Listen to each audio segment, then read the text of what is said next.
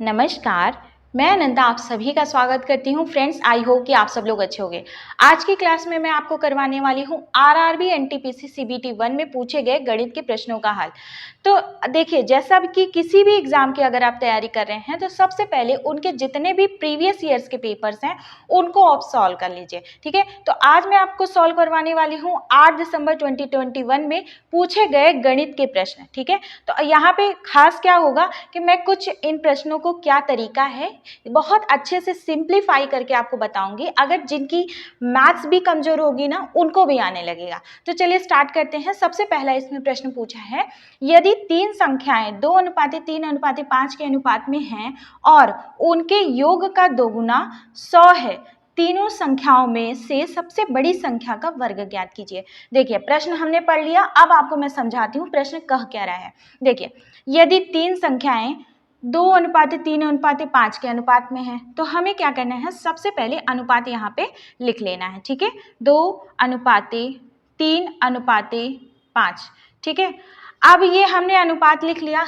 अनुपात क्या होता है ना कि सरल करके सबसे लोवेस्ट होता है, मतलब कि अब इससे ज़्यादा इसमें कट नहीं सकता था। इसमें कोई चीज़ ऐसी कॉमन रही होगी कि वो कट गई होगी। अब ये 2:3:5 बच गया है, तो हम मान लेते हैं इसमें कोई चीज़ ऐसी रही होगी जो कॉमन होगी, तो यहाँ पे हम x मान लेते हैं। ठीक है, ऐसे हम मान ले रहे हैं। ठीक, यहाँ पे मैं आपको बहुत बिल्कुल बेसिक से समझाऊंगी ताकि आपको एग्जाम में कोई भी प्रॉब्लम ना हो। क्या होता है ना, अगर आपका कॉन्सेप्ट क्लियर होता है तो एग्जाम में बिल्कुल भी समस्या नहीं आती है। थोड़ा भी अगर क्वेश्चन घुमा दे तो, और उनके योग का दोगुना, मतलब अब ये जो संख्या है, अब इनके योग हम करेंगे ना, इनका योग कर दिए। ठीक है, इनके योग का, ठीक है, अब इनका ये योग हो गया।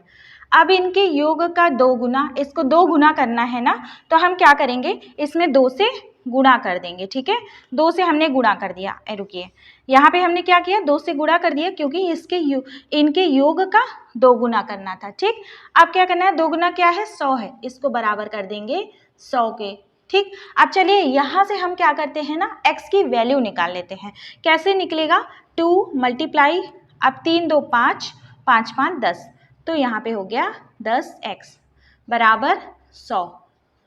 ये यहाँ 0 से 0 कट गया, यहाँ पे x बराबर हो गया 10/2। अब 2 2 5 जा 10, मतलब x बराबर कितना आया, 5 आ गया। मतलब यहाँ पे जो कॉमन रहा होगा वो 5 रहा होगा। अगर हम ये 5 जो है 2 में मल्टीप्लाई कर दें तो हमें पहली संख्या मिल जाएगी, 3 में मल्टीप्लाई कर दें तो दूसरी, और 5 में कर दें तो तीसरी मिल जाएगी। अब क्या कह रहा है, आगे प्रश्न पढ़िए, तीनों संख्याओं में से सबसे बड़ी संख्या का वर्ग। तो देखिए, सबसे बड़ी संख्या कौन सी होगी, 2 नहीं होगी। क्यों, क्योंकि जिसका रेशियो छोटा है तो वो संख्या भी छोटी होगी। तो इस हिसाब से सबसे बड़ी संख्या 5 होनी चाहिए।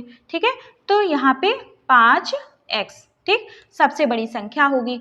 अब यहाँ पे हम x की वैल्यू रख देंगे, क्या रखेंगे, 5 × 5 कितना आ जाएगा, 25। अब रुकिए, यहीं पे बच्चे गलती करते हैं, 25 देखे नहीं, बस यहाँ पे 25 ऑप्शन में है लगा दिए, लेकिन ऐसा नहीं करना है। और भी हमें देखना है कि क्या प्रश्न में कह रहा है।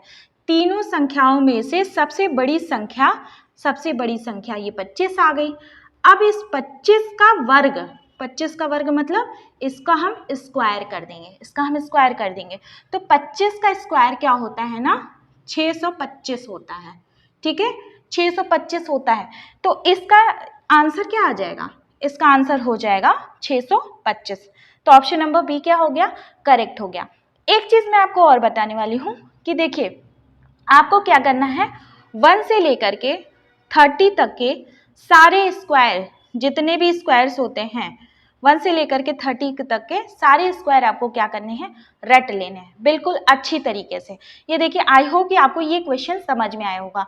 अब आपको एग्जाम में किस तरह से करना है ये तो मैंने आपको समझा दिया कि किस तरह से ये क्वेश्चन होगा। एग्जाम में आपको क्या करना है, सिंपली देखिए, ये बेसिक मेथड था जो मैंने आपको समझा दिया। एग्जाम में कैसे करना है ये देखिए, आपको एग्जाम में क्या करना है, इन अनुपात को जोड़ना है, योग करना है, मतलब इसको जोड़ लेना है। कितना होगा, 3 2 5 और 5 5 10, ऐसे 10 हो गया। यहाँ हम देखें योग का दोगुना, तो हमें क्या करना है, दोगुना कर दिए तो 20 आ गया।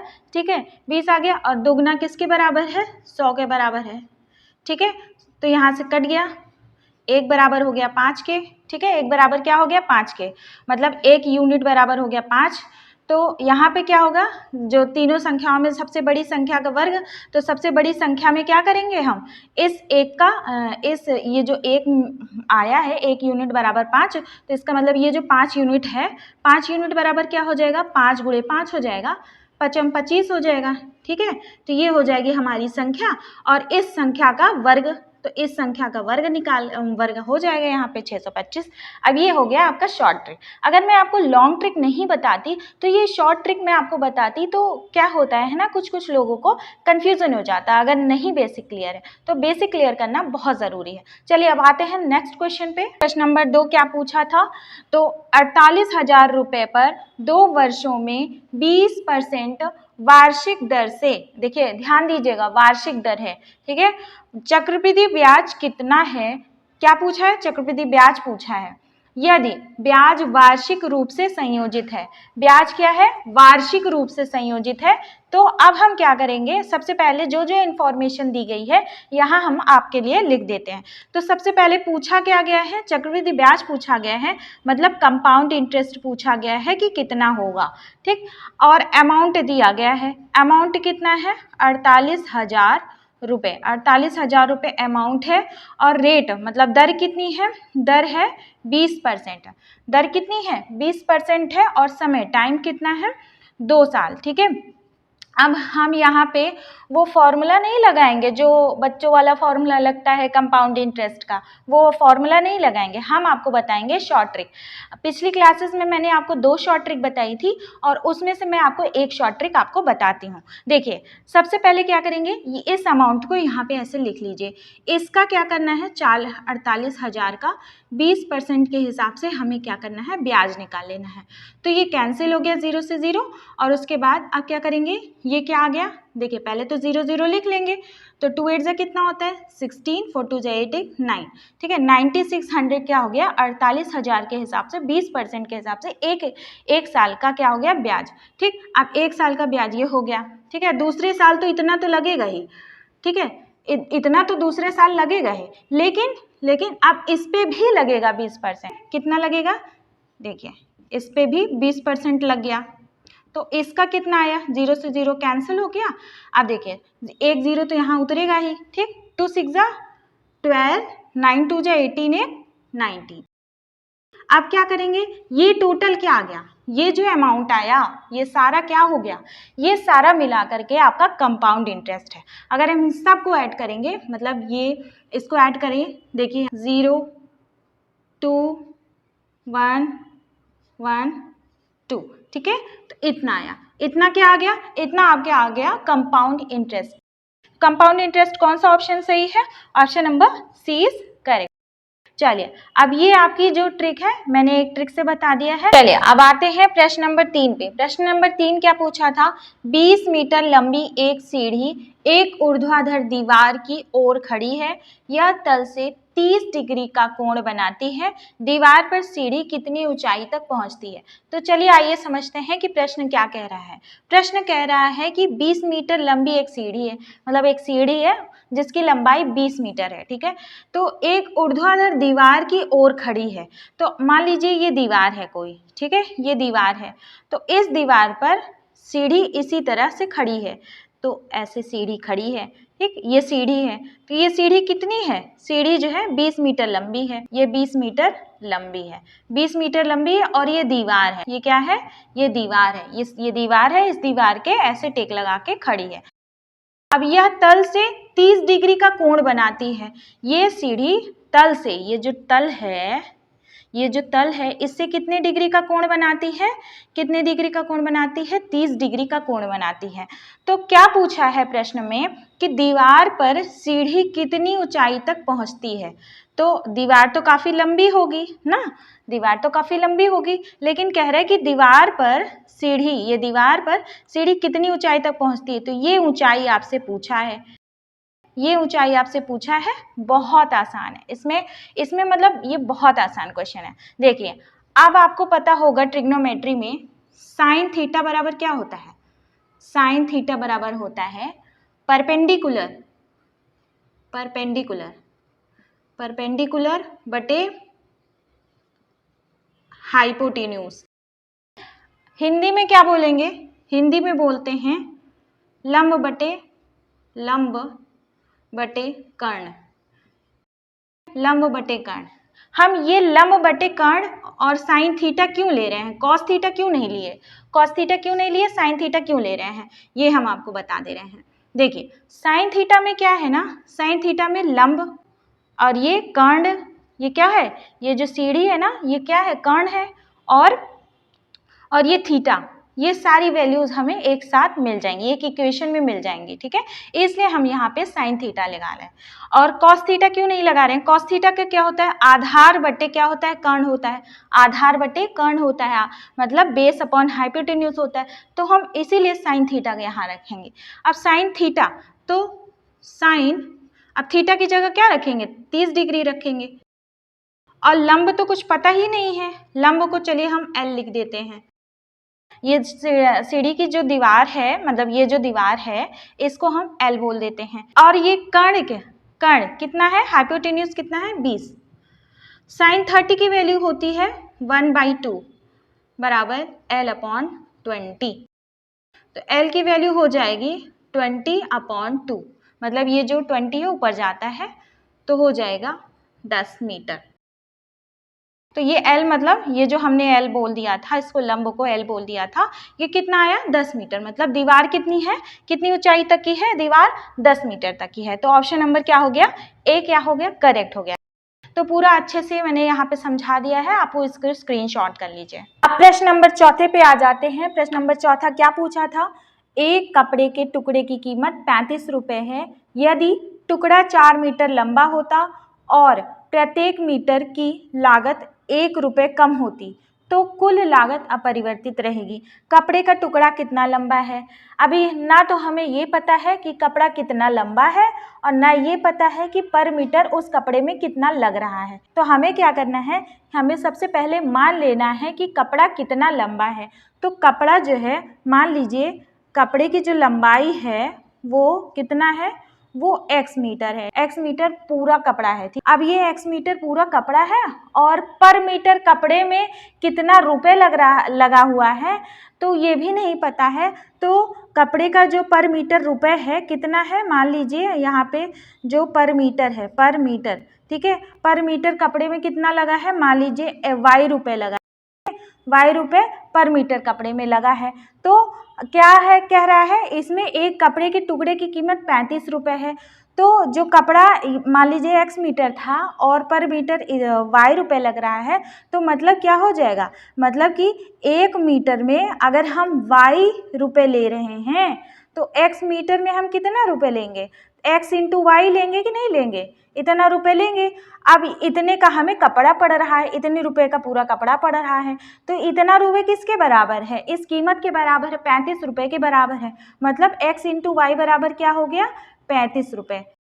अब यहाँ से हम क्या करेंगे? यहाँ से हम ज्ञात कर लेंगे x बराबर क्या होता है? x बराबर होगा 35/y। ये इक्वेशन 1 बन गया। अभी इक्वेशन में है, लेकिन आपको मैं अलग तरीका बताऊंगी कि पूरा इक्वेशन नहीं सॉल्व करना है। अब क्या कह रहा है? यदि लेकिन टुकड़ा 4 मीटर लंबा होता, टुकड़ा कितना होता? 4 मीटर लंबा। तो ये टुकड़ा कितना था? x मीटर था। अब कह रहा है कि 4 मीटर लंबा होता, मतलब कि x में 4 मीटर और होता, तो टुकड़ा कितना होता? 4 मीटर और होता, ये होता 4 मीटर और प्रत्येक मीटर की लागत 1 रुपये कम होती। तो प्रत्येक मीटर की लागत क्या थी? y रुपये थी, ठीक है। तो प्रत्येक मीटर की लागत y रुपये थी, लेकिन कह रहा है प्रत्येक मीटर की लागत 1 रुपये कम होती। तो y में क्या करना है? हमें 1 रुपये कम कर देना है। हमने 1 रुपये कम कर दिया, लेकिन जो ये कुल लागत बनी, ये जो कुल लागत बनी ये अपरिवर्तित रही। अपरिवर्तित का मतलब 35 रुपये ही बनी, 35 रुपये ही बन गई, ठीक। ये देखिए, ये दो इक्वेशन तो बन गई है हमें, लेकिन हमें एक चीज़ ध्यान देना है, हमें पूछा क्या है, हमें पूछा है कपड़े का टुकड़ा पूछा है। तो कपड़े का टुकड़ा किस में है, x में है, ठीक है, x में है। तो हम क्या करेंगे, यहाँ पे अगर x की वैल्यू आएगी तभी, मतलब यहाँ पे टोटल चीज़ें x आ जाएंगी, तभी तो कपड़े का लंबाई पता चलेगा। तो हमें क्या करना है, हमें x की जगह जो ये इक्वेशन हमने बनाया है हम इसको उलट देते हैं, 35/x कर देते हैं। ठीक, ये भी कर सकते हैं, ये भी कर सकते हैं। देखिए यहाँ से अगर ये पहला वाला इक्वेशन करते तो यहाँ पे थोड़ा सा प्रोसेस लंबा हो जाता, x की वैल्यू यहाँ से हम y पुट कर देते तो y की वैल्यू आती, फिर हम अगेन x की वैल्यू निकालते। लेकिन हम क्या कर रहे हैं, यहाँ पे हम y रख रहे हैं। क्यों रख रहे हैं, क्योंकि हमें कपड़े का टुकड़ा डायरेक्ट मिल जाएगा, डायरेक्ट उसका आंसर मिल जाएगा। तो x + 4 बराबर हो जाएगा, y क्या हो गया 35/x - 1 = 35। अब ये जो x था ये था कपड़े कितना मीटर है, ठीक है, यही तो पूछा था, इसीलिए हमने यहाँ पे ये परिवर्तन किया। ठीक, अब चलिए, अब यहाँ पे अब आप इसको सॉल्व नहीं करेंगे, अब आप इसको सॉल्व मत करिएगा, बिल्कुल भी नहीं करना है। आपको क्या करना है, अब आपको ऑप्शन पे आ जाना है। अब आपको ऑप्शन पे आ जाना है तो आपको ऑप्शन नंबर मान लीजिए 1 आप ले लेते हैं।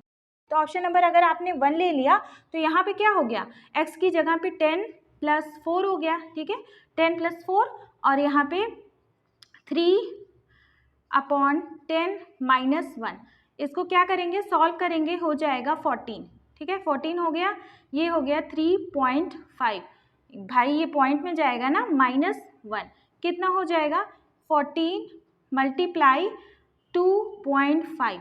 अगर हम 14 का मल्टीप्लाई अगर 25 में करेंगे तो कितना आएगा, देखिए 14 का मल्टीप्लाई 25 में करेंगे तो आएगा ये 0, 5, ये 3, ठीक है। अब इतना तो आ गया, लेकिन एक पॉइंट और लगाएंगे, यहाँ पे पॉइंट लग गया, ये कितना आ गया आपका 35 आ गया। अब ये 35 ये 35 एक ही जैसे हो गया ना, तो इसका मतलब क्या होगा, इसका मतलब होगा कि जो x की वैल्यू है वो 10 ही आएगी, ठीक है, 10 ही आएगी। मतलब कपड़े की जो कपड़ा कितना मीटर लंबा है, कपड़ा कितना मीटर लंबा है, 10 मीटर लंबा कपड़ा है।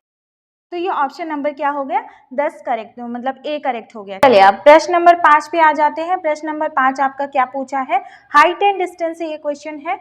तो अब देखिए 15 मीटर और 20 मीटर की लंबाई के दो खंभे एक समतल भूमि पर सीधे खड़े हैं। तो ये जो क्वेश्चन कह रहा है, सबसे पहले हम इसको अब बना देते हैं। देखिए एक खंभा कितने मीटर का है, 15 मीटर का है, तो 15 मीटर का खंभा थोड़ा छोटा है, ये हो गया 15 मीटर का खंभा। अब ये कह रहा है कि 20 मीटर का, एक खंभा कितना है 20 मीटर का, ये बड़ा है।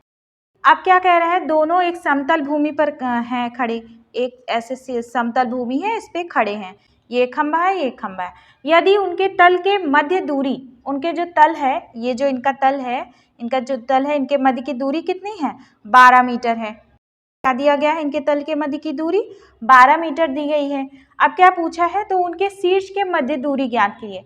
जो ये शीर्ष है ना, इसके मध्य कितनी दूरी होगी ये पूछा है। बहुत आसान क्वेश्चन है, बस 1 मिनट में हो, 1 सेकेंड मतलब कि 2-3 सेकेंड्स में हो जाएगा, लेकिन पहले आप समझिए।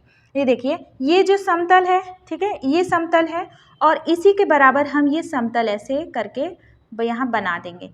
तो अगर ये समतल हमने बनाया, इसी के पैरेलल में, इसी के समानांतर बनाया, तो ये अगर 12 है तो ये भी कितना होगा, ये भी हो जाएगा यहाँ से यहाँ तक 12, कितना हो जाएगा 12 हो जाएगा। अब ये पूरा कितना है, पूरा 20 मीटर है, पूरा 20 मीटर है, लेकिन इसके और इसके ये जो 15 मीटर है तो ये भी 15 मीटर होगा। क्यों, क्योंकि ये देखिए रेक्टेंगल बन जा रहे हैं ना, ये रेक्टेंगल बन जा रहे हैं और ये पैरेलल है, ठीक है, एक दूसरे की क्या है, पैरेलल में है।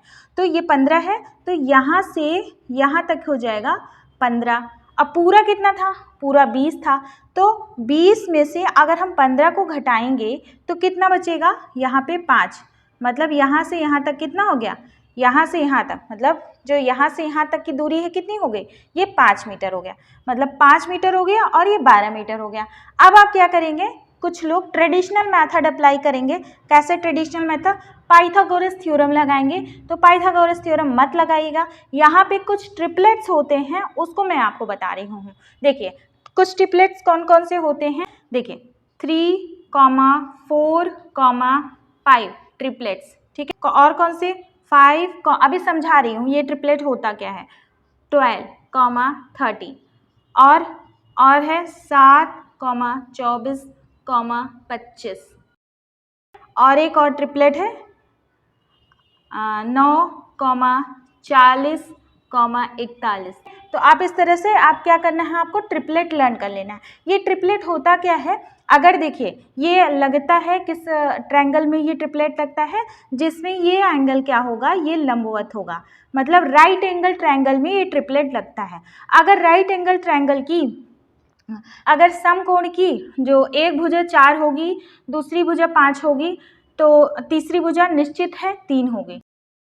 अगर एक भुजा 5 है, एक भुजा 3 है, तो निश्चित है तीसरी भुजा क्या होगी, 4 होगी। अब यहाँ पे क्या है, यहाँ पे एक भुजा क्या है, एक भुजा 5 है, एक भुजा 12 है, तो कौन वाला ट्रिपलेट बन रहा है, एक भुजा 5 है, एक भुजा 12 है, तो तीसरी भुजा क्या होगी, निश्चित रूप से 13 होगी। तो यहाँ पे ये जो यहाँ पे डिस्टेंस आ रहा है, ये कितना आ जाएगा, 13 आ जाएगा। कितना आ जाएगा, 13 आ जाएगा। इसका मतलब जो उनके शीर्ष के मध्य जो दूरी है वो कितनी आ गई है, 13 आ गई है। इसका मतलब option number C is correct. तो आपको क्या करना है, ट्रिपलेट याद कर लेना है। एक और ट्रिपलेट लिख दीजिए, 8, 15 और 17। इसको आप क्या करिए, अच्छे से स्क्रीनशॉट कर लीजिए। ये बस 2 मिनट का काम था, मतलब कि 2 मिनट तो ज़्यादा ही बता दिया, उससे भी कम का था। नंबर 6 देखिए, ये इतना बड़ा प्रश्न है, लेकिन मैं आपको शॉर्ट ट्रिक बताऊंगी किस तरह से इतने बड़े प्रश्न को छोटे में करना है।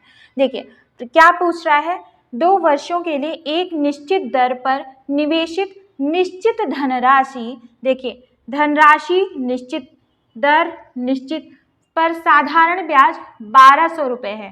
ठीक, तो अब फिर से 2 वर्ष है, ठीक है, वर्ष पे अंडरलाइन कर दिए। 2 वर्ष के लिए समान ब्याज दर, जो ब्याज दर किसका था, इस साधारण ब्याज का था, और उसी ब्याज दर पे उसी ब्याज दर पे निवेशित समान धनराशि, उसी ब्याज दर पे उतना ही ब्याज दर इसमें भी लगा है, चक्रवृद्धि ब्याज में भी लगा है, और उतना ही ब्याज दर ये साधारण ब्याज पे लगा है। ठीक है, तो अब वो ही राशि है, कौन सी, प्रिंसिपल सेम है, मतलब इस चक्रवृद्धि ब्याज पर भी प्रिंसिपल सेम है, और ये साधारण ब्याज पर भी आपका ये प्रिंसिपल मतलब मूलधन सेम है। ठीक, चलिए अब इस तरह के जो प्रश्न होते हैं जिसमें इस तरह का मूलधन पूछता है, तो इसका फॉर्मूला होता है, इसका फॉर्मूला क्या होता है, लिख लीजिए। देखिए इसका क्या होता है फॉर्मूला, मूलधन बराबर होता है, ऐसे में मूलधन बराबर होता है सिंपल इंटरेस्ट मतलब साधारण ब्याज का स्क्वायर बटे 4 कॉस्ट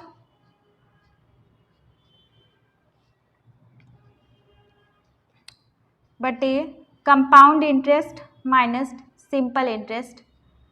ठीक, बस ये अगर फॉर्मूला आप इसमें लगा देंगे तो आपका मूलधन आ जाएगा। देखिए लेकिन ये फॉर्मूला लगेगा कब, ये फॉर्मूला तब लगेगा जब दोनों, ये चक्रवृद्धि ब्याज और साधारण ब्याज दोनों 2 वर्षों के लिए हो। ये नहीं कि 3 वर्ष, 4 वर्ष, 5 वर्ष, 6 वर्ष, नहीं, 2 वर्षों के लिए हो, दोनों 2 वर्षों के लिए हो, निश्चित दर हो, मतलब उनका जो रेट हो वो भी बराबर हो, टाइम कितना हो, टाइम 2 साल का हो, और ये जो प्रिंसिपल हो मतलब मूलधन क्या हो, बराबर हो, मतलब जो ये प्रिंसिपल है वो भी बराबर हो, तब ये फॉर्मूला आपका लगेगा मूलधन का। तो मूलधन बराबर हो जाएगा, सिंपल इंटरेस्ट कितना दिया गया है, 1200 का स्क्वायर। अब 1200 का स्क्वायर करेंगे मतलब इसको 2 बार गुणा करेंगे। ठीक है, अब यहाँ पे 4 है ना, तो 4, अब कंपाउंड इंटरेस्ट में से सिंपल इंटरेस्ट माइनस करेंगे, मतलब ये चक्रवृद्धि ब्याज में से साधारण ब्याज अगर हम घटाएंगे तो 1290 में से अगर हम 1200 घटा रहे हैं तो कितना आएगा, 90 आएगा ना, तो यहाँ पे हम 90 लिख देंगे। ठीक है, अब इसको हम काटेंगे और काट के हम अपना आंसर लेके आएंगे। ठीक है, 3 जा 9, 3 4 जा 12, अब ये 3 4 जा 12, तो अब यहाँ पे 4 से 4 कैंसिल हो गया, 10, कितना आ गया हमारा मूलधन, कितना आ गया, 4000। तो कितना आ गया मूलधन, 4000 रुपये हमारा क्या आ गया, मूलधन आ गया। तो ऑप्शन नंबर कौन सा करेक्ट हो गया, option number D is correct. ठीक, तो इस क्वेश्चन को करने का सबसे सिंपल तरीका यही है, सबसे अच्छा और शॉर्टकट तरीका है, क्योंकि अगर आपको करने लगेंगे फिर आपका बहुत लंबा जाएगा।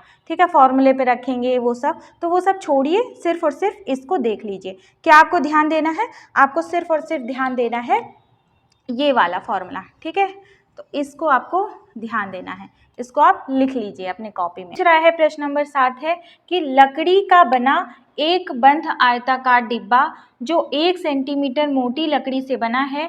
कोई लकड़ी है तो लकड़ी से जो है आयताकार डिब्बा बना हुआ है, मतलब क्या बना है? क्यूबॉइड बना है। ठीक है, घनाभ बना है। घनाभ को आप अपने दिमाग में बना लीजिए, लेकिन घनाभ की जो दीवारें हैं वो 1-1 सेंटीमीटर मोटी हैं। ठीक, अब घनाभ का जो बाहरी मतलब जिसका बाहरी आयाम, जो बाहरी लंबाई है वो 22 सेंटीमीटर है और चौड़ाई 17 सेंटीमीटर है और ऊंचाई कितनी है? 12 सेंटीमीटर है। ठीक है, तो आप क्या करिए, आप अपने दिमाग में क्या करिए, बना लीजिए किसको?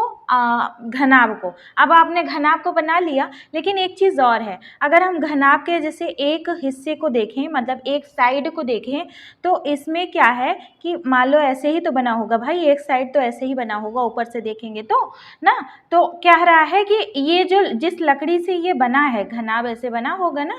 अब इस तरह से मैं आपके लिए एक सुंदर सा घनाभ भी बना दे रही हूँ। तो चलिए, ये जो हिस्सा हमने यहाँ पे बनाया है, ये घनाभ का ऊपरी हिस्सा बनाया, मतलब ऊपर ऊपर से कैसे आपका घनाभ दिखेगा। तो अब ये कह रहा है कि ये जो बीच का हिस्सा है, ये लकड़ी इतनी चौड़ी है, कितनी चौड़ी है? 1 सेंटीमीटर। ठीक है, 1 सेंटीमीटर मोटी है, तो 1 सेंटीमीटर इधर भी मोटी होगी, ऊपर भी मोटी होगी, और 1 सेंटीमीटर इधर नीचे भी मोटी होगी। ठीक है, तो 1 सेंटीमीटर इधर भी मोटी है, 1 सेंटीमीटर इधर भी मोटी है। अब कह रहा है कि ये जो बाहरी आयाम है, मतलब यहाँ से लेकर के यहाँ तक है, कितना है? 22 है। ठीक है, 22 है, लेकिन अगर हम अंदर का आयाम देखेंगे तो अंदर का आयाम क्या होगा? अंदर का आयाम जो होगा, ये जो 1 सेंटीमीटर है इधर से घटा देंगे ना, ये एक्स्ट्रा जो 1 सेंटीमीटर इधर का है तो हम घटा देंगे। ठीक है, और इधर जो एक एक्स्ट्रा सेंटीमीटर है ना, इसको हम घटा देंगे, तो क्या आ जाएगा? 22 में से अगर 2 घटाएंगे तो क्या हो जाएगा? 20। ये क्यों हो जाएगा? ये कितना हो जाएगा? 20, क्योंकि इधर का एक सेंटीमीटर घटा और इस साइड का 1 सेंटीमीटर घटा। जब इधर का और इधर का 1 सेंटीमीटर घट गया तो 20 हो गया। ठीक है, इसका मतलब इसकी लंबाई कितनी हो गई? 20 हो गई। अब इसी तरह से चौड़ाई में भी आपको क्या करना है? चौड़ाई में भी 2 घटाना है। क्यों? क्योंकि उतना मोटा है ना, आपको तो अंदर वाले का पता करना है।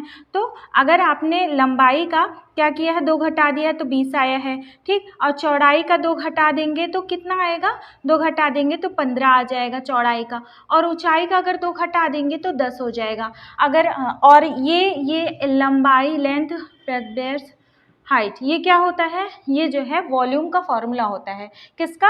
आयतन का फॉर्मूला होता है, घनाभ के आयतन का फॉर्मूला होता है। जब हम इसको लगा देंगे तो 15 दूनी 30 हो गया और 2 एक्स्ट्रा 0, मतलब 3000। 3000 क्या आया? Centimetre cube. तो 3000 सेंटीमीटर का क्यूब का अंदर वाला जो सीमेंट होगा उसका आयतन होगा। तो अब 3000 कहाँ है? ऑप्शन नंबर बी है ना, तो ऑप्शन नंबर बी क्या हो जाएगा? करेक्ट हो जाएगा। तो मुझे लगता है कि अब आपको समझ में आ गया होगा। चलिए बढ़ते हैं नेक्स्ट क्वेश्चन पे। तो फ्रेंड्स, अगर आप सारे क्वेश्चंस कर लेंगे, मतलब जितने भी क्वेश्चंस मैं PYQs में करा रही हूँ, तो गारंटी है जितना आपका मैथ्स का क्वेश्चन आएगा, आपका कहीं का इधर का उधर नहीं रहेगा। 1 या 2 नंबर भले ही कम हो सकते हैं, लेकिन आपको क्या होगा, वहाँ पे पूरे में पूरे नंबर आप ला सकते हैं। ठीक है, तो चलिए कोशिश करना आपका काम है, बाकी यहाँ पे आप रोज प्रैक्टिस करते रहिए। चलिए देखते हैं यहाँ पे 8वां प्रश्न क्या कह रहा है। 2 संख्याओं का लासा और मासा क्रमशः दिया गया है। लासा और मासा मतलब LCM इतना है और HCF कितना है? 3 है। यदि एक संख्या 78 है तो अन्य संख्या ज्ञात कीजिए। इसके लिए बहुत आराम से फॉर्मूला क्या होता है? LCM।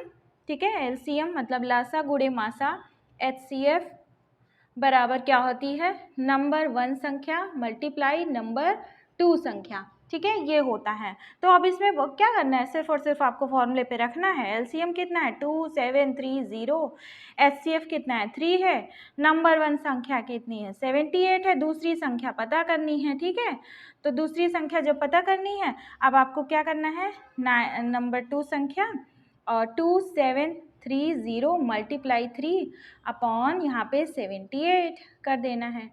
3 2 जा 6, 3 6 जा 18, 3 1 जा 3 और उसके बाद 26 1 जा 26 हो जाएगा और यहाँ पे 130 हो जाएगा। यहाँ पे अगर ये पूरा कट गया अब 130 हो गया, लेकिन यहाँ पे एक 0 बढ़ाएंगे तो ये पूरा 130 बन जाएगा आपका, क्योंकि 13 बन रहा था ना, तो 13 क्या हो रहा था, कम हो रहा था। तो अब 130 से हम क्या करेंगे, 26 को भाग करेंगे, तो ये कितने बार में जाएगा, ये 5 बार में जाएगा। तो क्या आ जाएगा आपका आंसर आ जाएगा ऑप्शन नंबर सी करेक्ट हो जाएगा। ठीक है, 105। तो 0 क्यों ऐड करते हैं वो तो सभी को पता है, अगर संख्या जो है काटने वाली संख्या से कम रहती है तो हम 0 करके एक और संख्या ऐड कर लेते हैं। ठीक है, तो ये रहा आपका इसका सोल्यूशन। ठीक, अगला प्रश्न क्या है, प्रश्न नंबर 9 देखते हैं। यहाँ पे क्या कह रहा है, यदि P यात्रा का आधा भाग 40 किलोमीटर पर आवर की गति से तय करता है और शेष भाग 50 किलोमीटर पर आवर की गति से तय करता है, उसकी यात्रा की औसत गति क्या होगी। यहाँ पे औसत चाल पूछ रहा है। ठीक है, तो अब इस क्वेश्चन का क्या एक ट्रिक होता है, चलिए बताते हैं। देखिए, अगर आपका जो डिस्टेंस है ना, तो वो आधे आधे भाग में बराबर बटा है, मतलब समान भागों में बराबर बटा है। ठीक है, आधा ये भाग आधा ये भाग।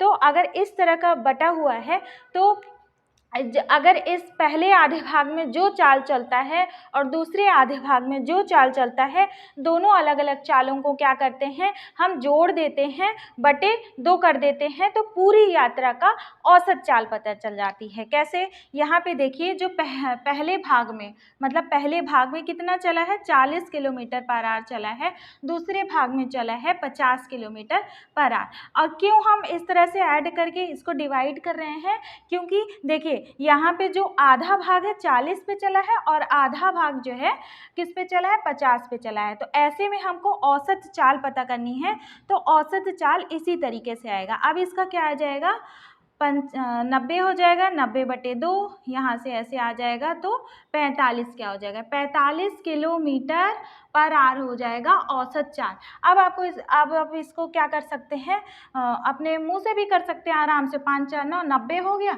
90/2 कितना होता है, 45 हो गया। लिखने की ज़रूरत ही नहीं पड़ेगी आपको, सीधे सीधे आप क्या करेंगे, ऑप्शन नंबर बी में यहाँ पे टिक कर देंगे। देखिए, इस तरह के क्वेश्चंस आपके पूछे गए थे। देखिए, कुछ होता है ईजी क्वेश्चन, कुछ होता है मॉडरेट और कुछ होता है टफ क्वेश्चन। तो हमें क्या करना है, प्रीवियस ईयर से, इसीलिए तो मैं यहाँ पे प्रीवियस ईयर सॉल्व करा रही हूँ कि अगर आप प्रीवियस ईयर सॉल्व कर लेंगे तो आपको क्या होगा, एक अंदाज़ा मिल जाएगा। और इजी और मॉडरेट क्वेश्चन तो बिल्कुल भी हाथ से नहीं निकलेगा, वो सारे क्वेश्चंस आपको यहाँ से पूरे अच्छे से कर लेंगे आप, तो वहाँ पे एग्जाम में आपको नंबर गेन होगा। ये क्योंकि मैथ्स ही एक ऐसा सब्जेक्ट होता है जिसमें आप नंबर गेन कर सकते हैं। अभी आप कितना भी जीएस पढ़ते जाइए, करंट अफेयर पढ़ते जाइए, क्या होगा कि कहीं ना कहीं कुछ ना कुछ टॉपिक छूटा ही रहेगा। लेकिन अगर आप मैथ्स और रीजनिंग अच्छे से कंप्लीट कर लेते हैं तो आपको अच्छा नंबर मिलता है। ठीक है, चलिए अब नेक्स्ट इसमें देखते हैं क्या। अब प्रश्न नंबर 10 क्या पूछा है, यहाँ पे 15, 25 और 29 का, मतलब 29 का लासा पूछा है, एलसीएम पूछा है। अब आप सोच रहे होंगे कहीं ये हम अपने मन से तो नहीं दे दिए,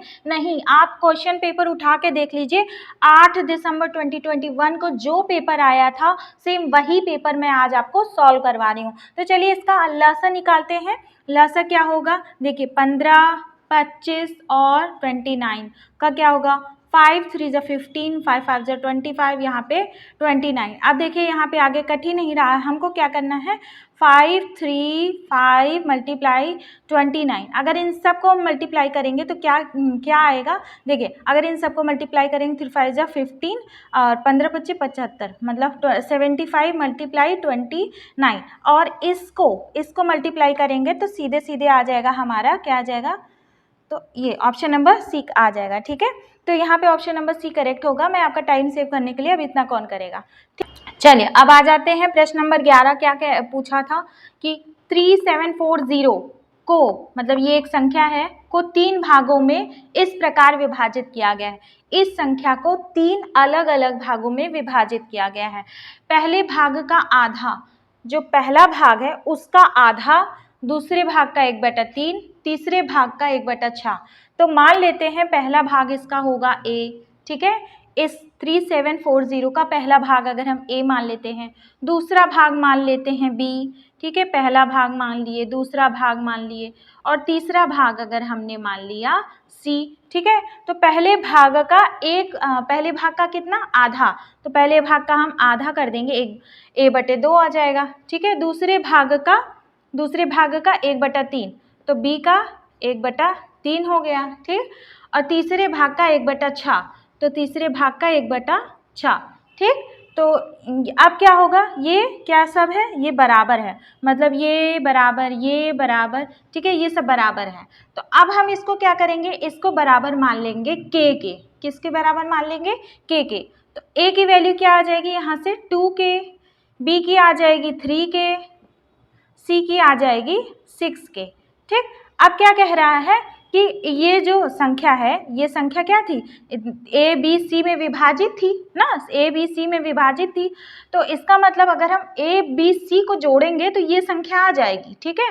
तो अगर हम ए बी सी को जोड़ेंगे तो ये संख्या आएगी, मतलब ए प्लस बी प्लस सी को अगर हम जोड़े तो 3740 आया ना। तो a प्लस बी प्लस सी कितना हुआ, मतलब 2 + 3, 3 2 5 और 6 5 11, मतलब 11 के हो जाएगा यहाँ पे, ठीक है, 11 के बराबर हो जाएगा 3740। अब k का जो वैल्यू आएगा यहाँ से क्या आ जाएगा, 11 3 जा 33, 11 4 जा 44, मतलब 340 आ जाएगा हमारा k का वैल्यू। अब इसी k का वैल्यू हम क्या करेंगे, इसमें रख देंगे, a में रख देंगे, b में रख देंगे और c में रख देंगे। क्यों, क्योंकि हमें पता चल जाएगा ना, इसका पहला भाग जो a था उसकी वैल्यू आ जाएगी। हम a का ही क्यों निकाल रहे हैं यहाँ पे, हम c का भी तो निकाल सकते हैं। देखिए अगर हम यहाँ पे क्वेश्चन पे देखिए, थोड़ा क्वेश्चन भी ध्यान दीजिए, यही सब होता है टाइम सेविंग। यहाँ पे अगर हम c का निकालेंगे तो c का देखिए चारों में, सी ऑप्शन में चारों में सी बराबर है ना,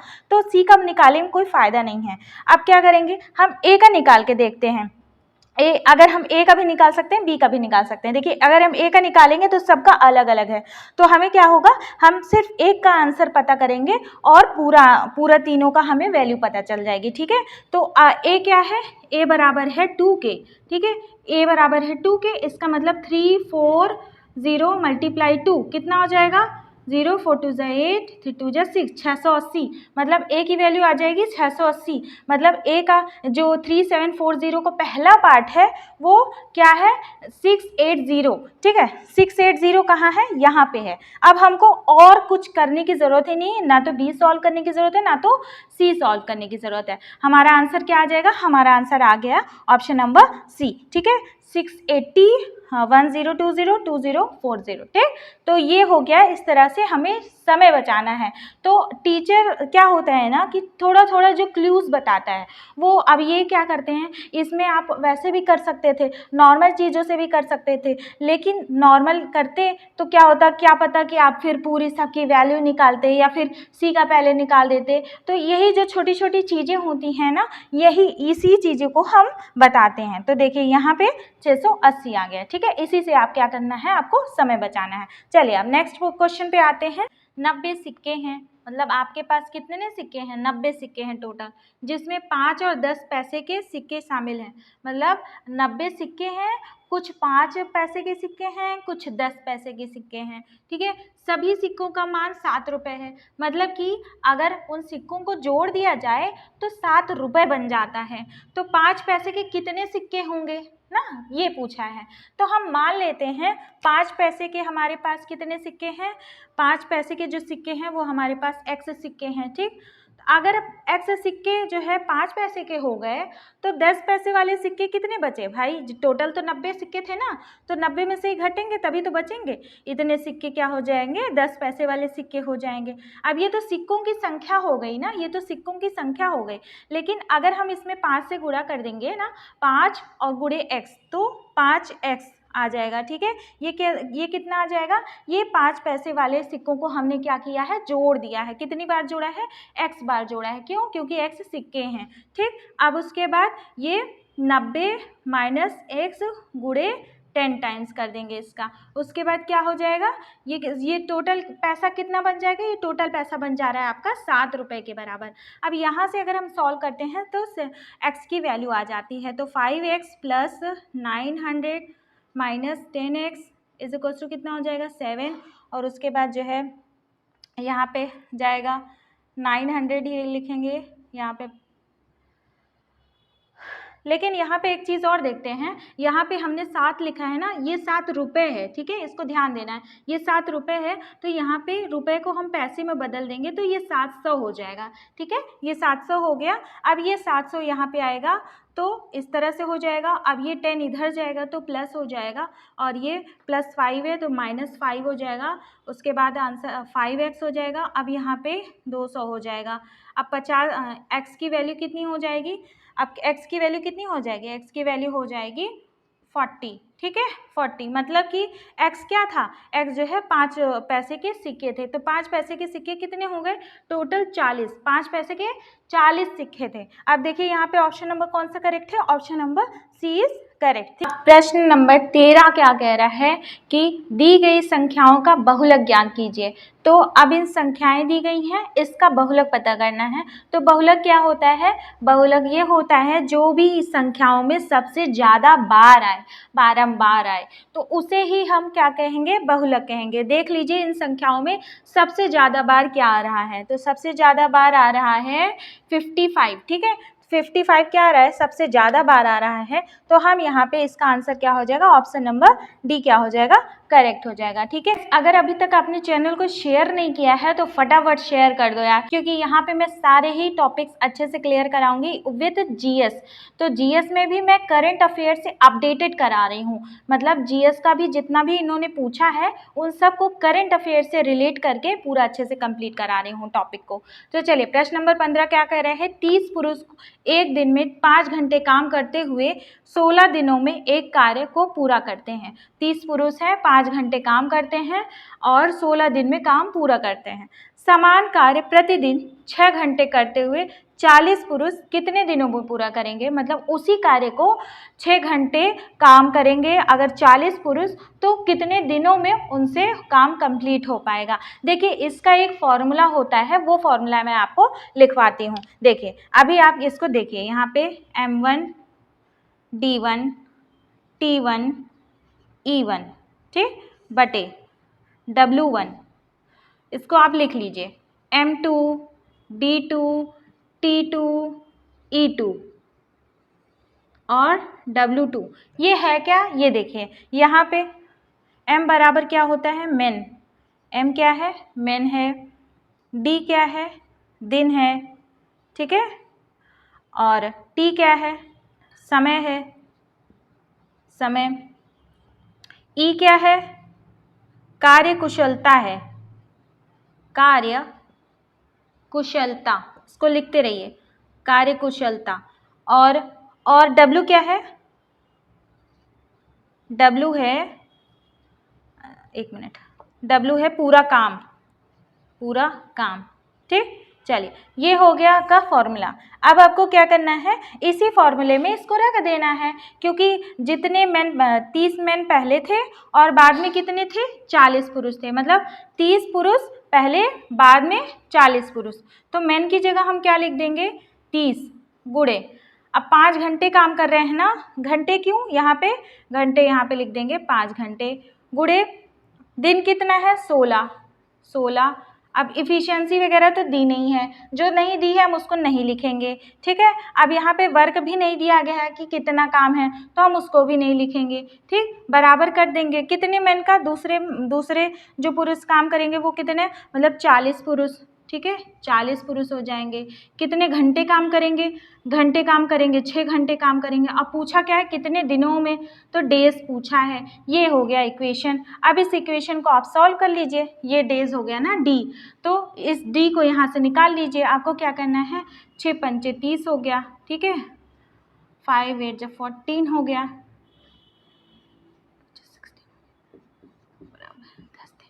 तो कितना आ जाएगा, 10 दिन आ जाएगा, ठीक है। कितने दिन में काम करेंगे वो, 10 दिन में काम करेंगे, तो ऑप्शन नंबर बी क्या हो जाएगा, करेक्ट हो जाएगा, ठीक है। अब प्रश्न नंबर 16 क्या कह रहा है, प्रश्न नंबर 16 कह रहा है कि त्रिभुज ABC का क्षेत्रफल 63 वर्ग इकाई है, दो समानांतर रेखाएं DE और FG इस प्रकार बनाई जाती हैं कि रेखाखंड AB तथा AC 3 समान भागों में विभाजित करती हैं। चतुर्भुज DEFG का क्षेत्रफल ज्ञात कीजिए। चलिए क्वेश्चन को हम समझ लेते हैं, क्या कह रहा है क्वेश्चन। पहले क्वेश्चन समझना जरूरी है। तो ABC क्या है? त्रिभुज है। तो चलिए हम यहाँ पे पहले बना देते हैं। त्रिभुज बना दिया। कौन सा त्रिभुज बनाया? ABC। और इसका जो क्षेत्रफल दिया गया है, कितना दिया गया है? 63 इसका क्षेत्रफल पूरा दिया गया है। अब क्या कह रहा है? दो समानांतर रेखाएं, समानांतर का मतलब होता है पैरेलल रेखाएं, एक दूसरे की पैरेलल रेखाएं DE और FG इस प्रकार बनाया जा रहा है कि रेखाखंड जो AB है और AC है, इसको 3 भागों में विभक्त करना है। मतलब ये रेखाखंड को हम ऐसे, पहले तो हम समानांतर बनाए DE, ठीक है, तो ये अब 2 भाग हो गया। अब लेकिन इसको 3 भाग में करना है ना, ऐसे DE और FG, ठीक है, FG बन गया। तो ये बराबर ये हो गया, ठीक है। तो यही कह रहा था कि जो AB और AC को 3 समानांतर भागों में विभक्त करना है। मतलब ये पार्ट इक्वल हो, ये पार्ट इक्वल हो, ठीक। अब क्या कह रहा है? अब ये पूछ रहा है कि DEFG ये जो चतुर्भुज है, इसकी जो है क्षेत्रफल कितनी होगी। तो बता दें कि ये जो है 3 भागों में हो गया, तो मतलब ये भाग बराबर हो गया, ये भाग बराबर हो गया, ये भाग बराबर हो गया ना, 3 भाग हो गया और तीनों भाग क्या हो जाएगा? बराबर हो जाएगा। और बराबर हो जाएगा तो क्या होगा कि ये जो ABC का क्षेत्रफल है उसका क्या, उसका 1/3 ही तो होगा DEFG का क्षेत्रफल। DEFG का क्षेत्रफल, ये जो इतना क्षेत्रफल है, ये जो है पूरे क्षेत्रफल का 1/3 है, मतलब 1/3वां हिस्सा है। तो इसको हम भाग कर देंगे तो कितना आ जाएगा? 21 वर्ग इकाई। 21 वर्ग इकाई किसका क्षेत्रफल हो जाएगा? चतुर्भुज DEFG का। अब कौन सा ऑप्शन करेक्ट हो गया? ऑप्शन नंबर बी क्या हो जाएगा? करेक्ट हो जाएगा, ठीक है। तो कितना इजी क्वेश्चन था। इसी तरह के क्वेश्चंस पूछते हैं, इजी टू मॉडरेट पूछते हैं, बहुत ज्यादा इसको हल्के में मत लीजिएगा, टफ भी क्वेश्चन पूछते हैं, ठीक। प्रश्न नंबर 17 क्या पूछा था? गणना करने के लिए पूछा था। इस तरह का क्वेश्चन क्यों पूछता है भाई? उसको टाइम कंज्यूम करना होगा आपका, और लेकिन आपको क्या होगा, जितनी ज़्यादा आपको प्रैक्टिस होगी इन तरह के क्वेश्चंस में, उतनी ज़्यादा आप जल्दी कर पाएंगे, ठीक है। चलिए 5 2 10 हो गए। यहाँ पहले सबसे पहले आप इसको सॉल्व करेंगे तो कितना होता है? 5 2 10 और 1 0 इसका, लेकिन यहाँ पे पॉइंट लगा है ना, तो आपको यहाँ पे पॉइंट लगा देना है। इसका मतलब यहाँ पे ये जो इसको आपने सॉल्व किया, इसका 10 आया, और 10 + 50 कितना होगा? 60 हो जाएगा, ठीक है। अब 60 तो हो गया, ये पूरे का 60 हो गया, और ये बटे कितना हो जाएगा? 7, ठीक। अब यहाँ पे पॉइंट लगा है ना, तो पॉइंट ऊपर जाएगा तो एक 10 बढ़ जाएगा। जब आप इसको काटे पीटेंगे तो पूरा आ जाएगा आपका, क्या आ जाएगा? ऑप्शन नंबर सी क्या हो जाएगा? करेक्ट हो जाएगा, ठीक। चलिए अब आगे बढ़ते हैं। प्रश्न नंबर 18 देख लेते हैं, क्या कह रहा है। PQR एक साथ किसी कार्य को करते हुए 6 दिनों में एक खेत को काटते हैं। मतलब PQR अगर साथ में कार्य करते हैं तो किसी कार्य को वो 6 दिन में पूरा कर लेते हैं, ठीक है। P + Q + R बराबर हो जाएगा 6 दिन, ठीक है। 6 दिनों में ये कार्य को कंप्लीट कर लेते हैं, उस पूरे कार्य को। अगर P जो है अकेले 10 दिन में कार्य कंप्लीट करता है, कह रहा है कि P जो है अकेले अगर कार्य करता है तो वो 10 दिन में कंप्लीट करता है। Q क्या करता है? अगर अकेले कार्य करता है तो वो 24 दिनों में करता है। तो Q क्या करता है? 24 दिनों में करता है। तो अब R कितने दिनों में करता होगा, यही पूछ रहा है। तो अब आपको मैं बताऊं कि ये कार्य पता कैसे चलता है कि टोटल कार्य कितना है। टोटल कार्य आपका पता चलता है LCM लेकर के, ठीक है। अब यहाँ पे हम चलिए LCM ले लेते हैं 6, 10 और 24 का। 6, 10 और 24 का अगर हम LCM लेंगे तो कितना आ जाएगा? 2 3 जा 6, 5 जा, यहाँ पे 12 हो गया। अब उसके बाद 3 1 जा 3, 5 4, 3 4 जा 12। तो अब अगर ये पूरा मल्टीप्लाई कर देंगे 2 3 5 और 4 को, तो कितना आ जाएगा? 120 आ जाएगा, ठीक है। तो ये हो जाएगा पूरा टोटल कार्य इतना हो जाएगा। अच्छा, PQR जो है 6 दिन में पूरा कार्य कर लेते हैं, ठीक है। तो एक दिन में कार्य कितना करेंगे? तो एक दिन में कार्य करेंगे 120/6, ठीक है। तो P + Q + R एक दिन का कार्य कितना हो जाएगा? 120/6 करेंगे तो 20 आ जाएगा, ठीक है। P + Q + R का एक दिन का कार्य, मतलब एक दिन का कार्य 20 हो जाएगा, ठीक। अच्छा, P जो है, अब P का क्या हो जाएगा? एक दिन का कार्य, P का हो जाएगा 120/10 हो जाएगा, तो कितना हो जाएगा? 12 हो जाएगा, P क्या एक दिन में 12 कार्य करता है, Q एक दिन में कितना कार्य करता है। अब यहाँ पे देखिए 120 बटा 24 करेंगे तो कितना आ जाएगा, 5 आ जाएगा। कितना आ जाएगा, 5 आ जाएगा। ठीक, अब P और Q का एक एक दिन का कार्य पता है, P plus Q plus R का एक दिन का कार्य पता है 20 है, तो P प्लस Q, ठीक है, P प्लस Q का अगर हम जोड़ देंगे कितना आ जाएगा, 17। मतलब P और प्लस Q एक दिन में दोनों मिल करके 17 कार्य करते हैं। तो अब यहाँ से हम क्या करेंगे, R का वैल्यू निकाल लेंगे, मतलब R का एक दिन का कार्य निकालेंगे। तो R का एक दिन का कार्य क्या हो जाएगा, P plus Q plus R minus P plus Q कितना हो जाएगा, 20 माइनस 17 हो जाएगा। ठीक है, तो R का पता चल जाएगा। तो यहाँ से हमें R का एक दिन का कार्य पता चल जाएगा। तो R का ये जो एक दिन का कार्य हो जाएगा, R का एक दिन का कार्य 3 हो जाएगा। ठीक, अब R जो है एक दिन में 3 कार्य करता है, तो अब टोटल जो 120 कार्य है वो कितने दिनों में करेगा, तो 120 बटा 3, तो कितना आ जाएगा, 40 आ जाएगा। कितना आ जाएगा, 40। मतलब 40 दिनों में R जो है अकेले कार्य को कंप्लीट कर सकता है। ठीक है, तो चलिए कौन सा आंसर हो गया, ऑप्शन नंबर बी करेक्ट हो गया। आई होप कि आपको ये समझ में आया होगा। ठीक है, इसको स्क्रीनशॉट कर लीजिए, क्वेश्चन बहुत बार आता है, बहुत सारे एग्जाम्स में आता है। प्रश्न नंबर 19 क्या कह रहा है कि एक दुकानदार एक वस्तु की कीमत को 320 रुपये अंकित करता है। मतलब जो अंकित प्राइस है वो कितना है, 320 रुपये है। तो मार्केट प्राइस कितनी हो गई, 320 रुपये मार्केट प्राइस है। यदि 10% छूट देने पर वह अभी भी क्रय मूल्य पर 20% लाभ प्राप्त करता है तो क्रय मूल्य ज्ञात करना है। बहुत आसान क्वेश्चन है। कैसे, देखिए अगर आपका मार्केट प्राइस 320 रुपये है तो मार्केट प्राइस जो अंकित प्राइस होता है, अंकित मूल्य जो वस्तुओं पर छपा होता है उस पर आप कुछ परसेंट छूट मांगते हैं। तो जब छूट मांगते हैं उसके बाद जो खरीदते हैं ना, उसके बाद खरीदते हैं, तो इस पर जो छूट हुआ मान ली 10% है, तो 10% कितना हो जाएगा इसका, लेकिन हम इसका 10% नहीं निकालेंगे, हम इसका सीधे सीधे निकालेंगे 90%, क्योंकि हम पता करेंगे कितने में दुकानदार बेच रहा है। ठीक है, कितने में दुकानदार बेच रहा है, इससे हो जाएगा सेलिंग प्राइस। तो इसका ये सेलिंग प्राइस आ जाएगा। ठीक है, तो ये कितना आ जाएगा, 9 2 जा 18, 9 3 जा 27, 27 1 28, मतलब 288 कितना आ जाएगा, सेलिंग प्राइस। मतलब कि ये जो मार्केट प्राइस था, जो अंकित मूल्य था, उस पर 10% छूट देने के बाद जो उसका बेचने वाला दाम हो गया वो कितना हो गया, इतना हो गया। ठीक, अब क्या कह रहा है कि क्रय मूल्य पर 20% लाभ भी मिलता है उसको। तो हम मान लेते हैं क्रय मूल्य रहा होगा x।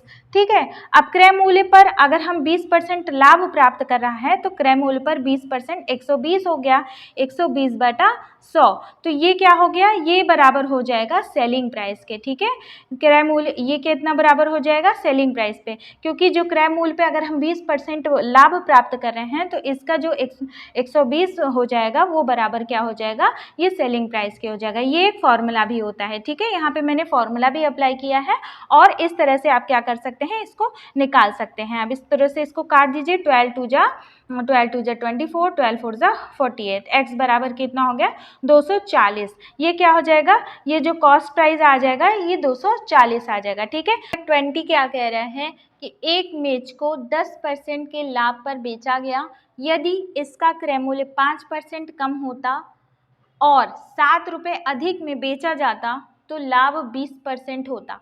मेज का क्रय मूल्य ज्ञात कीजिए। चलिए प्रश्न को समझ लेते हैं।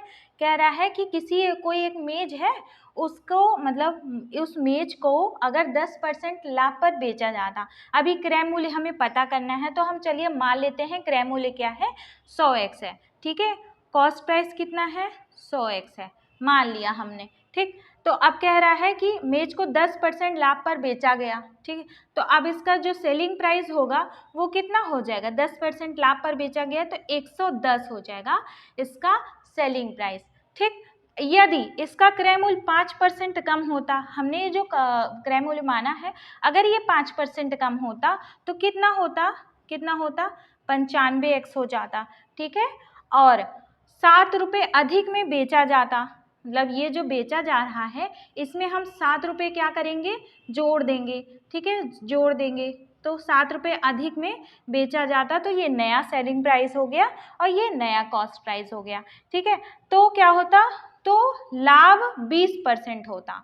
तो कितना लाभ होता? 20% होता। मतलब अब अगर इस पे खरीदा जाता और इस पे बेचा जाता तो लाभ 20% होता। तो हमें सिंपल सा क्रय मूल्य और विक्रय मूल्य का फॉर्मूला यहाँ पे अप्लाई कर देना है। कैसे? देखिए, क्रय मूल्य क्या होगा? क्रय मूल्य का फॉर्मूला यही होता है ना। यहाँ पे हम क्रय मूल्य का पूरा फॉर्मूला नहीं लिखेंगे, सिर्फ और सिर्फ उसकी वैल्यू लिखते जाएंगे और आपको बताते जाएंगे। देखिए, क्रय मूल्य ये हो गया 95x इंटू, अब क्या करेंगे? अब जो है कितना लाभ है उसको हम करेंगे। तो लाभ होता है 100 प्लस 20 है ना, तो 20। अब ये टोटल कितना हो जाएगा? ये 120 हो जाएगा। इसलिए अब हम इसको यहाँ पे इरेज करके क्या करेंगे? 120 कर देंगे। ठीक है, लाओ 120 यहाँ पे हम कर दे रहे हैं, तो ये हो जाएगा 120। ठीक, अब ये 120 आ गया। ठीक, यही हमको दिखाने का पर्पस था, इसलिए मैंने 100 और 20 को इस तरह ऐड करके आपको दिखाया था। अब ये परसेंट में है तो अपॉन 100, ये बराबर हो जाता है किसके? ये बराबर हो जाता है आपके सेलिंग प्राइस के, 110x प्लस 7 के। अब इस इक्वेशन को हम क्या करेंगे? सॉल्व करके x की वैल्यू निकाल देंगे। मतलब x की वैल्यू निकाल देंगे तो हमें क्या आ जाएगा? हमें कॉस्ट प्राइस आ जाएगा 100 मल्टीप्लाई करने के बाद उस x की वैल्यू में।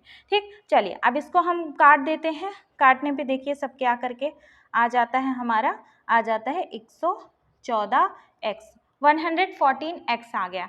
ठीक, अब 114x बराबर हो जाएगा 110x प्लस 7। ठीक, अब इस तरह से हम इसको यहाँ पे कर लेते हैं सॉल्व। यहाँ पे कर लेंगे तो 110 अगर इधर गया तो हो जाएगा 4x बराबर 7, x बराबर 7 हो जाएगा। तो x बराबर क्या हो जाएगा? 7/4। अब आप ये सोच रहे होंगे फ्रैक्शन में वैल्यू आई है, लेकिन हमें यही तो कॉस्ट प्राइस तो है नहीं। हमारा कॉस्ट प्राइस कितना है? 100x है। तो हम यहाँ क्या करेंगे? मल्टीप्लाई करेंगे 7/4 में। ठीक है, अब ये मल्टीप्लाई करेंगे तो कितना आ जाएगा? कितना आ जाएगा? आपका आ जाएगा 175। ठीक है, इसको मल्टीप्लाई करके देख लीजिएगा, यही आएगा। तो कितना आ गया? ऑप्शन नंबर ए क्या हो गया? करेक्ट हो गया। ठीक, तो ये इसका बहुत सिंपल सा मेथड है और बहुत जगह पूछा जाता है। तो इस तरह से मैंने तो काफ़ी डिटेल में आपको एक्सप्लेन किया है। आप एग्जाम में क्या करिएगा? लिखना होगा तो 100x लिखिएगा, नहीं लिखना होगा तो बस डायरेक्ट 95x करके इस तरह से 120 करके कर सकते हैं। ठीक है, स्टेप आप जो है खुद भी छोटा कर सकते हैं। चलिए, लेकिन आपको क्या करना है? बेसिक कॉन्सेप्ट क्लियर रखना है। एग्जाम में कभी कभी आप अगर बच्चे फंस जाते हैं तो इसलिए बेसिक कॉन्सेप्ट हमारा क्लियर होना चाहिए। तो ठीक है फ्रेंड्स, आज के लिए सिर्फ इतना ही। 20 क्वेश्चंस मैंने यहाँ पे जितने भी कराए हैं ये सारे प्रीवियस ईयर्स के क्वेश्चंस हैं, और इसको आप अगर अच्छे से प्रीवियस ईयर क्वेश्चंस कर लेते हैं तो मेरी गारंटी है कि आप एग्जाम में अच्छा स्कोर करेंगे मैथ्स में। ठीक है, और एक बात और को आपको बताना चाहूँगी, जो मैं जीएस एनटीपीसी के लिए करवा रही हूँ प्रीवियस ईयर्स का, ये नहीं कि सिर्फ और सिर्फ प्रीवियस ईयर ही करवा रही हूँ, उसके अराउंड जितना भी क्वेश्चन उस टॉपिक से पूछा जाएगा, जैसे कोई क्वेश्चन है उस टॉपिक से जितने भी क्वेश्चन अदर एग्जाम्स में बने हुए हैं उन सबको उसमें इंक्लूड किया है मैंने। दूसरा क्या फ़ायदा है कि करंट अफेयर से लेकर के अपडेटेड है। ठीक है, जरूर आपको क्या होगा, ज़रूरत नहीं पड़ेगी कि आप जो है फिर से मेहनत करें और चेक करें कि इसका करंट अफेयर का डाटा सही है कि नहीं सही है। यहाँ पे आपको सब बना बनाया मिल रहा है, सिर्फ और सिर्फ आपको पढ़ना है और सिलेक्शन लेना है। ठीक है, तो क्लासेस को शेयर करते रहिए और पढ़ते रहिए, आगे बढ़ते रहिए। जय हिंद।